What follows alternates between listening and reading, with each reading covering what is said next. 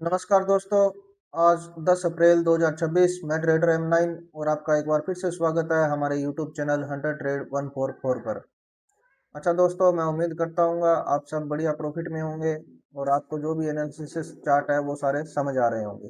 ठीक है, तो बात करते हैं आज के गोल्ड के एनालिसिस की। उससे पहले देखते हैं डाटा पर नज़र डालते हैं। आज 6 PM पर अनएम्प्लॉयमेंट क्लेम और ये एफएमसी का सीपीआई का सॉरी सीपीआई का डाटा है। ठीक है, अनएम्प्लॉयमेंट क्लेम का डाटा भी है और सीपीआई का भी डाटा है। तो जो भी ट्रेड है हमारी एक्टिव होगी, हम यूएस सेशन 5 बजे से पहले पहले डेस्कटॉप को साफ कर लेंगे और जो ट्रेड एक्टिव होगी उनको हम ब्रेक इवन कर देंगे। ठीक है, तो मार्केट न्यूज के टाइम आपको पता है काफी वोलेटाइल रहती है, तो बिग शिप मार के हमारे एसएल को भी ये हंट कर सकती है। तो 5 बजे से पहले पहले हम ट्रेडिंग से अवॉइड कर देंगे। जो हमारी एक्टिव ट्रेड है उसका पार्सल प्रॉफिट बुक करके बाकी हम उनको ब्रेक इवन कर देंगे। और जो मैं ये वीडियो अपलोड कर रहा हूँ ये आपके एजुकेशन पर्पज के लिए है, उसे फाइनेंशियल तौर पे आप बिल्कुल ना लें। अच्छा दोस्तों, कल ये एक सप्लाई का जोन था। ठीक है, और जिसकी देखो मार्केट ने कितनी अच्छी रिस्पेक्ट की। यहाँ से लगभग ये 600 पेपर इसने सेल साइड में मूव दी। ये हमारा सेल का जोन काफी अच्छा चला। उसके बाद नेक्स्ट सबसे पहले ये सेल का जोन दिया था। इस सेल के जोन से मार्केट ने यहाँ से लगभग 100 पिप की मूव सेल साइड में की और फिर इसी को ब्रेक किया। ब्रेक करने के बाद ये एरिया कन्वर्ट हो गया था सप्लाई से डिमांड में और इसी को रिटेस्ट किया और रिटेस्ट करने के बाद इसने बाय साइड के अंदर भी 100 पिप की मूव बाय साइड के अंदर भी दी। ठीक है, और दोनों एरिए आपको दिए, दोनों एरिए अपने अच्छी तरह से चले। अच्छा दोस्तों, उसके बाद ये मैंने आपको यहाँ पे एमएसएस बताया था और ये स्ट्रॉन्ग एरिया बाई का बताया था। कल मार्केट स्ट्रॉन्ग बाइंग एरिया के अंदर आई नहीं। ठीक है, और जिसका मैं आपको रीजन बताता हूँ ये क्यों नहीं आई। इससे पहले अपने एक बार उसे समझने के लिए चार्ट को कर लेते हैं साफ।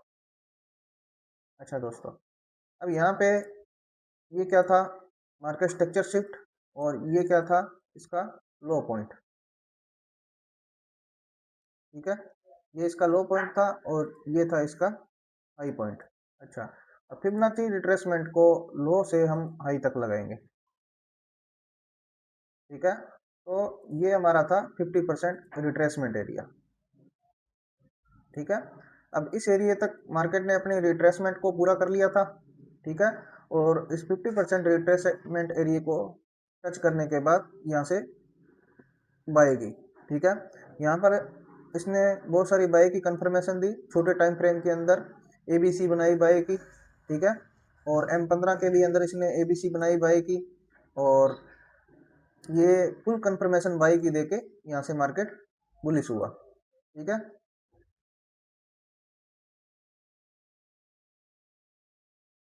अच्छा दोस्तों,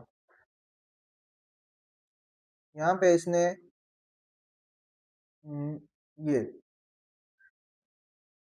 M15 के अंदर सेल फिल किया। ठीक है, ये M15 के अंदर सेल फिल था और उसी के अंदर इसने ये इंगल्फिंग बाय और अगेन इंगल्फिंग बाय बनाई। ठीक है, और ये हमारा डार्क एरिया था।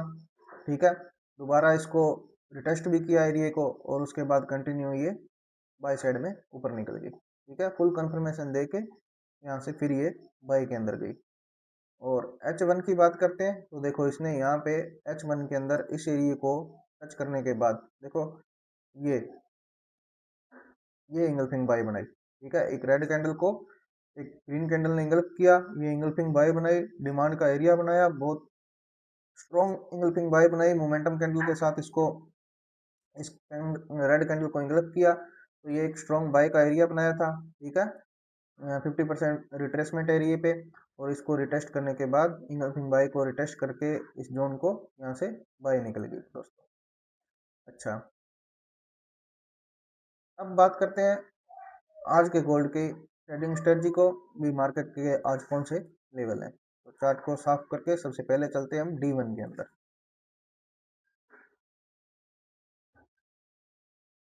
अच्छा दोस्तों, D1 के अंदर हम इसकी लिक्विडिटी को मार्क कर लेते हैं। ठीक है, ये इसकी हाई की लिक्विडिटी और ये इसकी लो की लिक्विडिटी। कलर कर लेते हैं इसका ब्लैक। ठीक है, अच्छा दोस्तों, बिल्कुल सिंपल तरीके से सबसे पहला जो अपना काम था लिक्विडिटी को मार्क करना, वो हमने मार्क कर लिया। अच्छा दोस्तों, ये इक्वल लिक्विडिटी है, यहाँ एक और लिक्विडिटी पड़ी है साथ में, तो हम इसी लिक्विडिटी को मार्क करेंगे और उसका हम ध्यान करेंगे। अच्छा, तो ये भी एक लिक्विडिटी पड़ी है और उसके बाद यहाँ पर इक्वल लिक्विडिटी पड़ी है। ठीक है, इक्वल लिक्विडिटी के पास जब मार्केट आ जाए तो आप अगर जिस साइड मार्केट की लिक्विडिटी पड़ी है उस साइड की आपकी सेल की ट्रेड है तो ठीक है, तो वरना इस पॉइंट से आप बाय नहीं करेंगे। ठीक है, क्योंकि यहाँ फिर एक ही कैंडल में मार्केट क्या है, आपके एसएल को क्रैश कर देगी। तो अच्छा, अब नेक्स्ट काम क्या है हमारा आज का, पिवट पॉइंट लगाने का। ठीक है, पिवट पॉइंट लगभग बताती है भी मार्केट किस साइड में रहेगी, सेल या बाय में। ठीक है, ज़्यादा चांस अगर पिवट पॉइंट से ऊपर है तो मार्केट का बुलिश, और पिवट पॉइंट से नीचे है तो मार्केट सेल में रहने के ज़्यादा चांस होते हैं। तो ये मैंने पिवट पॉइंट मार्क कर लिया। ठीक है। अच्छा दोस्तों, अब ये इसने ग्रीन बाय की कैंडल क्लोज की है। ठीक है, डे के अंदर, बट ऊपर से भी रिजेक्शन है और नीचे से भी रिजेक्शन है, डायरेक्शन क्लियर नहीं हो रही इसके अंदर। इस कैंडल में डायरेक्शन क्लियर नहीं हो रही, और ये भी बाय की कैंडल क्लोज की थी बट सेलिंग का प्रेशर था, इसमें भी बाय की डायरेक्शन क्लियर नहीं थी।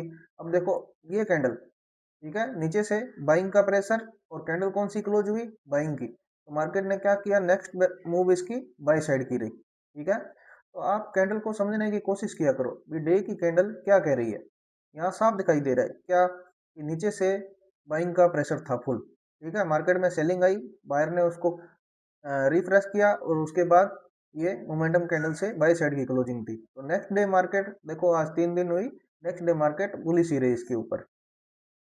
अच्छा, अब ये यहाँ पीछे ये कैंडल थी, ठीक है, और रेड, और नेक्स्ट फिर क्या किया, ये ग्रीन कैंडल मारी, इसके अंदर रिजेक्शन है, स्ट्रॉन्ग बाइंग नहीं दिखाई यहाँ से। ठीक है, और इसके बाद ये कैंडल देखो कितनी स्ट्रॉन्ग बाय की कैंडल है। ठीक है, मार्केट ने इसको नीचे ब्रेक करने की कोशिश की, लेकिन इसमें स्ट्रॉन्ग बायर थे तो मार्केट ने वापस यहीं से इसको अप साइड में मूव करवाई। ठीक है, तो अभी ये जो पिवट पॉइंट है हमने मार्क कर लिया। अब देखते हैं इसके लेवल। सबसे पहले आ जाते हैं H4 के अंदर। अच्छा दोस्तों, H4 के अंदर मार्केट के अंदर ये डिमांड का एरिया बनाया है इसने H4 में। ठीक है, इंगल्फिंग बाय बनाई है, ये डिमांड का एरिया इसने क्रिएट किया है। अच्छा, और जो सेल का एरिया है, अभी तक इसने H4 के अंदर इंगल्फिंग सेल या सेल का एरिया कुछ नहीं बनाया। उससे पहले एक सेलिंग एरिया जो हमारा कल वाला है, ठीक है, ये सेलिंग एरिया है, इसको मार्केट ने टेस्ट कर लिया है। तो टेस्टेड एरिया इतना स्ट्रांग नहीं होता है, ठीक है, क्योंकि मार्केट ने उसको टेस्ट कर लिया है। ठीक है, तो अब इसका क्या चांस होगा ज़्यादा, या तो इस डिमांड के एरिया से ये मार्केट बाय साइड उठे यहाँ से। ठीक है, बाय साइड उठने के बाद वापस पिवट पॉइंट के ऊपर ब्रेक करती है मोमेंटम कैंडल से। ठीक है, तो रिटेस्ट पे हम इसको बाय करेंगे, ऊपर की लिक्विडिटी को टारगेट करेंगे। और अगर इस लिक्विडिटी को लेने के बाद H4 की कैंडल या H1 की स्ट्रॉन्ग कैंडल इस जोन के अंदर क्लोज करा देती है ऊपर काफ़ी, तो रिटेस्ट पर फिर हम बाय करेंगे, जो भी इंगल्फिंग बाय बनेंगे, पीवाई बनेगा, उससे हम इसको बाय करेंगे। ठीक है। अच्छा दोस्तों, पैसेंस इसके अंदर बहुत ज़्यादा मायने रखते हैं। ठीक है, आप सब मार्केट में ये सब कुछ करने का वेट ही नहीं कर सकते, तो आप एक स्ट्रॉन्ग एंट्री प्लान नहीं कर सकते। ठीक है, हर जगह एंट्री नहीं मिलती है, पहले प्लान करो भी इस एरिया को ब्रेक करेगी तो रिटेस्ट पे मैं इस तरीके से बाय करूंगा, इस रूल के साथ ब्रेक करेगी। रूल क्या है, किसी भी एरिया को ब्रेक करे तो उस कैंडल होनी चाहिए अपनी मोमेंटम स्ट्रॉन्ग। मोमेंटम कैंडल का मतलब होता है ऐसे भरी हुई कैंडल। ठीक है, स्ट्रॉन्ग जिसके ऊपर रिजेक्शन ना हो। ठीक है, इस प्रकार से उसके अंदर कोई रिजेक्शन ना हो, ऊपर कोई लंबी विक ना हो। ठीक है, और क्या, स्ट्रॉन्ग मोमेंटम कैंडल से किसी एरिया को ब्रेक करे, और उसका जो वॉल्यूम, ये वॉल्यूम जो चल रहा है वो काफ़ी लो होना चाहिए। जो कैंडल ब्रेक करती है ना, उसका वॉल्यूम काफ़ी लो होना चाहिए। ठीक है, तो आप उसको एक अच्छा ब्रेकआउट मान सकते हो भी, हाँ ये इसने एक अच्छा ब्रेकआउट किया है बाई साइड में। ठीक है। अच्छा, अच्छा दोस्तों, अगर ये मार्केट अपने इस एरिया को, ठीक है, बाय वाले एरिया को बाय होने के बाद ब्रेक कर देती है, सेल साइड की इस लिक्विडिटी को ले लेती है। ठीक है, लिक्विडिटी लेने के बाद विक मार के वापस अंदर आ जाती है, तो हम बाय की एंट्री प्लान करेंगे। अगर इसने मोमेंटम कैंडल से इसको कर दिया ब्रेक, ठीक है, तो फिर रिटेस्ट पे इसी एरिया से हम इसको करेंगे सेल और नीचे की लिक्विडिटी को करेंगे टारगेट। ठीक है, जितने ज़्यादा कंफ्यूज होंगे, जितने आप इंडिकेटर वगैरह लगाओगे, उतने ज़्यादा आप कंफ्यूज होगे। सिंपल चार्ट को एनालिसिस करो, एंगल्फिंग थ्योरी को एनालिसिस करो, भी चार्ट अपने को क्या कह रहा है। यही आप इसको चार्ट को एनालिसिस करके इधर जोन चार्ट को आप भर लोगे तो आपको समझ के आएगा। इधर से आप इंडिकेटर लगा लेते हो, इधर से आप चार्ट को पूरा रंगीन कर लेते हो, ठीक है, तो आपको कुछ नहीं समझ आएगा। आप इस चार्ट को बिल्कुल साफ रखो, सही ढंग से इसके डिमांड और जोन के इस तरीके से मैं एरिया निकाल रहा हूँ लगा के रखो, ठीक है। और ये खुद आपको बताएगा कि मार्केट ने किस साइड जाना है। और सबसे मेन इसका टारगेट है लिक्विडिटी, ठीक है, और लिक्विडिटी को किस तरीके से मार्क करना है वो भी मैंने आपको बता दिया। आप अगर इंटरनल लिक्विडिटी को पकड़ के बैठे रहोगे, ठीक है, M5 के छोटे स्ट्रक्चरों पे बैठे रहोगे, तो वहां आपको लॉस ही होना होगा, ठीक है। अगर आपको बड़े टाइम फ्रेम की लिक्विडिटी पे बैठोगे और बड़े टाइम फ्रेम के पीवाई पे बैठोगे तो आपको 90% प्रॉफिट होगा और आपका अकाउंट ग्रो होगा। अगर आप छोटे छोटे लेवल पे खेलते रहे, कभी प्रॉफिट कभी लॉस, कभी प्रॉफिट कभी लॉस, फिर बड़ा लॉस, और उससे आपका माइंडसेट बिल्कुल खराब हो जाएगा। कोई भी इंडिकेटर ना यूज करें, चार्ट को साफ रखें, इस तरीके से आप सपोर्ट और रेजिडेंस ये लेवल निकालें, ठीक है, सप्लाई और डिमांड के लेवल निकालें एंगल्फिंग के हिसाब से, जैसे मैंने आपको सिखाया। आप 100% प्रॉफिट में रहोगे। जितना दिमाग को दौड़ाओगे इंडिकेटर वगैरह उसके पीछे, तो ये कभी भी आपको ये सक्सेस नहीं कर सकता। इंडिकेटर क्या चीज़ है? इंडिकेटर कोई टेक्निकल चीज़ नहीं है। इंडिकेटर एक ऐसी चीज़ है दोस्तों, जैसे मान लो मैंने आपको कह दिया यार बाहर बारिश आने वाली है, ठीक है, फिर आपने देखा बाहर गए, बाहर आपने ऊपर की तरफ देखा तो ऊपर बादल ही नहीं है, तो बारिश कैसे आ जाएगी ये बताओ। आपको कैसे पता चला? अगर आप रूम के अंदर बैठे रहते, ठीक है, बाहर जाते ही ना, देखते ही ना, मैंने आपको कह दिया बाहर बारिश आने वाली है, आप बाहर गए, आपने देखा भी ऊपर बादल है या नहीं है। अगर बादल है तो आपको आपको पता है ये हाँ बारिश आएगी, क्यों? ये टेक्निकल कारण है, ठीक है। अगर मैंने आपको कह दिया बारिश आने वाली है, आप रूम के अंदर बैठ गए पहले ही छाता लेके, बाहर ही नहीं गए, अपना वर्क करने नहीं गए, रूम के अंदर बैठे रहे, बाहर जाके जब आपने देखा यार मौसम तो साफ था, मैं तो ऐसे ही अंदर बैठा रहा, ठीक है। तो ये इंडिकेटर क्या है कि ये एक बिल्कुल, इसको कुछ पता नहीं चलता, ये सब पीछे चलता है। मार्केट की कैंडल से ये आगे नहीं चलता, ये पीछे चलता है, ठीक है। मान लो मैंने आप इंडिकेटर ने कह दिया बारिश आने वाली है, ठीक है, बाहर बादल है। अब आपने जाके देखा वो बादल तो व्हाइट कलर के थे, बारिश के लिए हमें ब्लैक कलर के बादल चाहिए, ठीक है। अब इंडिकेटर को व्हाइट ब्लैक का कुछ नहीं पता, उसने कह दिया हाँ बारिश आने वाली है, लेकिन वास्तव में आपने बाहर जाके देखा ये तो खाली हवा के बादल थे, ठीक है, तो ब्लैक बादल है ही नहीं। इसी तरीके से आप वास्तव में खुद इसको चार्ट को जब तक एनालिसिस नहीं करना सीखोगे, आपको वास्तविकता नहीं पता चलेगी कि मार्केट ने कहाँ से सेल जाना है, कहाँ से बाई जाना है।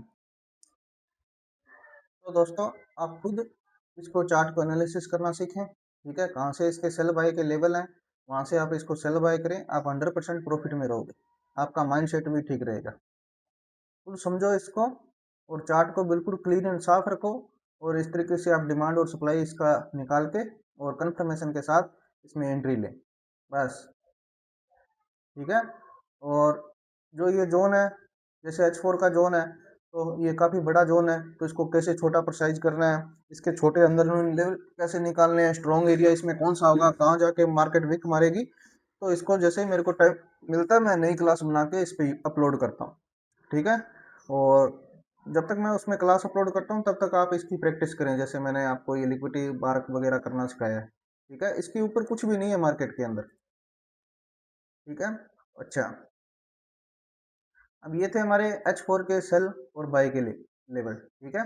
बाई के लेवल के अंदर ये लेवल है, ठीक है, और सेल का ये लेवल है, और ये लेवल हमारा टेस्टेड है, और ये लेवल अभी प्रेस पड़ा है। अच्छा, उसके बाद अगेन देखो यहाँ पे मार्केट ने क्या किया, इससे नीचे के जो बाई के लेवल हैं वो मार्क कर लेते हैं। ये एक सेल फिल का लेवल था जिसको मार्केट ने टेस्ट कर लिया, ठीक है। चलो कोई बात नहीं, इसको हम बाई के लेवल को मार्क करते हैं। और उसके बाद देखो यहाँ एंगल्फिंग बाई, इस सेल फिल में एक ये एंगल्फिंग बाई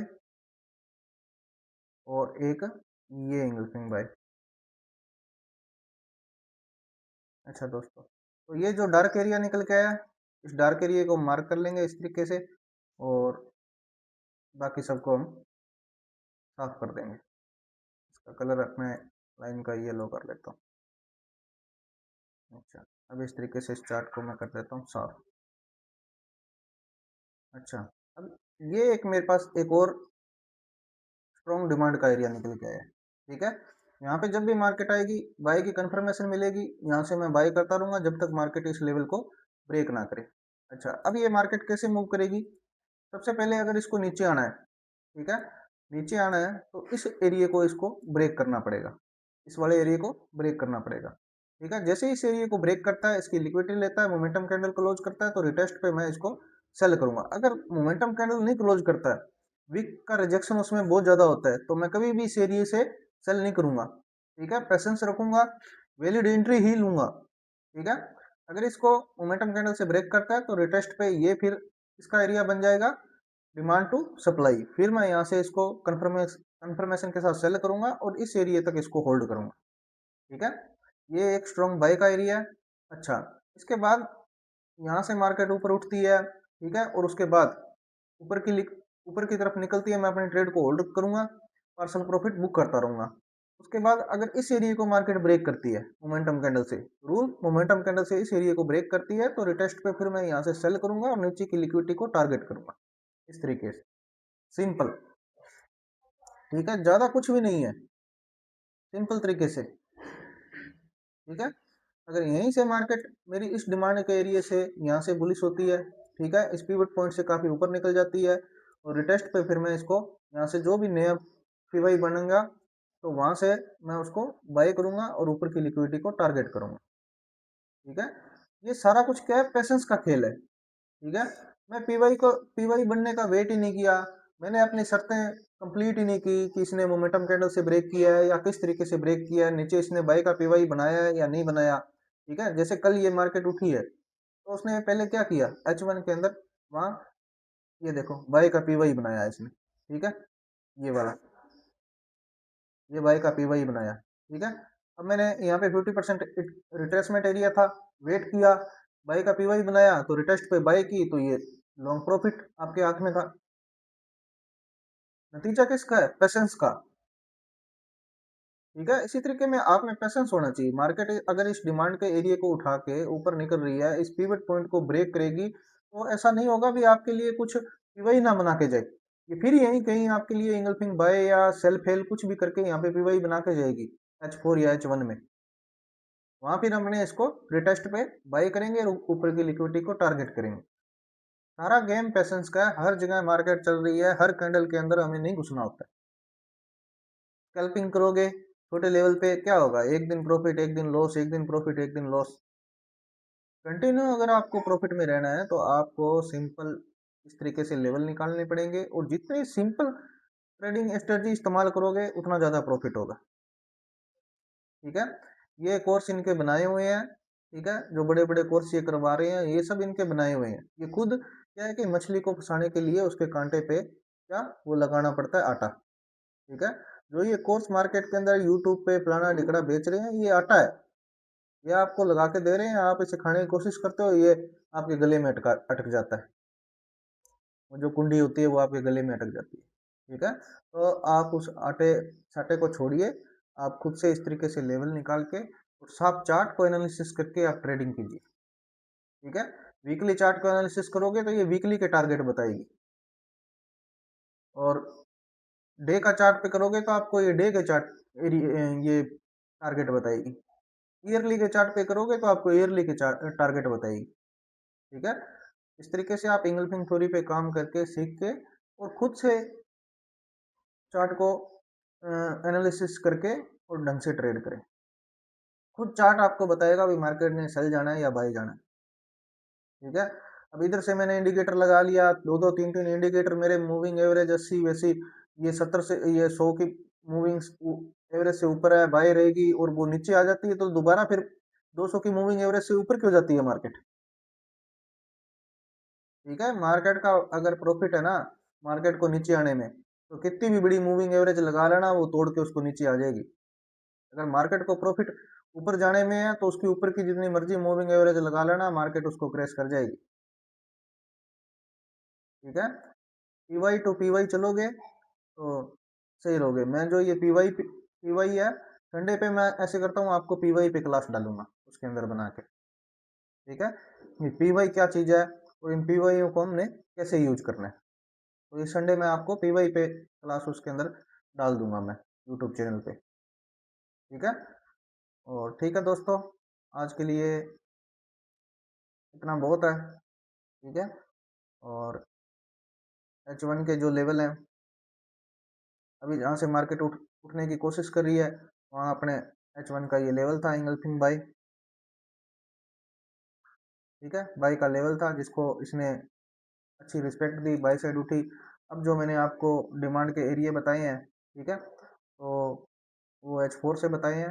पहला एरिया ये टेस्टेड है और दूसरा ये वाला फ्रेश पड़ा है, और नीचे बाई का एरिया ये पड़ा है। ये दो बाई के एरिया हैं स्ट्रॉन्ग। ठीक है, ये सेल का एरिया है, अगर मार्केट इसको ब्रेक करके ऊपर निकलती है, ठीक है, तो वहाँ से रिटेस्ट से यहाँ पे अपने इसको बाई करेंगे। ठीक है दोस्तों, धन्यवाद।